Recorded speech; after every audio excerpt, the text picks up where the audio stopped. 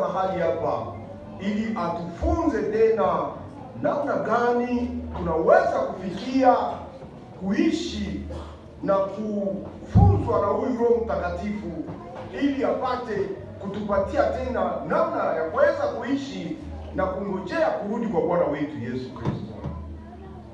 Mtumishi wa Mungu kweli kweli amepambanua neno lote na ametuonesha namna gani Mungu alitupenda tangu zamani.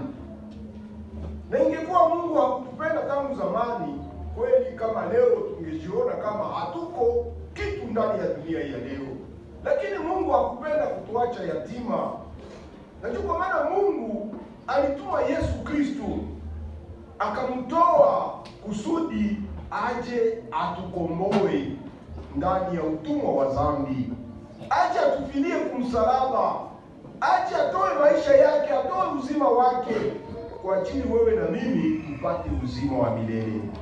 Wapendwa katika Kristo, kama wanatuambia ni neema, wewe na mimi basi angalia hii neema, usiichezeshe, usitamani kuipoteza, lakini upate kuitumikia na kuweza kubadilika kusudi neema ipate kuonekana na ipate kuwa neema juu ya neema.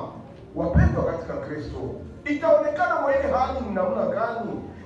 Ni wakati utakubali kuongozwa na huu Roho Mtakatifu. Ni wakati utakubali kuweza kutenda yote yenye Mungu anaamrisha kwako.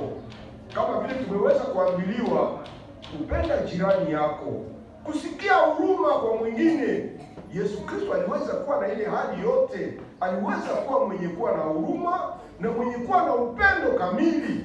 Na sisi kama wanatuambia tumekwisha kupewa Roho Mtakatifu ndani ya utume, tuachilie basi aweze kutuongoza, tusiweze kujimimi, tusiweze kujiona kuwa bora kuzidia wengine, lakini tuweze kuona wengine kuwa bora kutuzidia sisi. Ni pale mapendo ya Mungu itaonekana kwako na kwangu. Wapendwa katika Kristo, Roho Mtakatifu huyu mwenyewe anatuambia kwa hiyo asubuhi, ni Roho mwenye hana fujo, hana kiburi, hana shaka. Na wakati anakuwa kukufunza, wacha aseme yote kusudi uweze kujua namna gani unaweza kuishi ndani ya hii dunia. Unaweza kuonekana kuwa mcha Mungu wa kweli ndani ya hii dunia. Ni kupitia mafundisho ya Roho Mtakatifu. Ni kupitia kuweza kujinyenyekeza. Ni kupitia kuweza kuwa na utiifu. Ni pale Roho Mtakatifu atatenda makubwa na maajabu ndani yako. Ingawa machache yanapata nafasi ndani yako na ndani yangu. Mungu abariki neno lake leo na siku zote. Amen. Amen.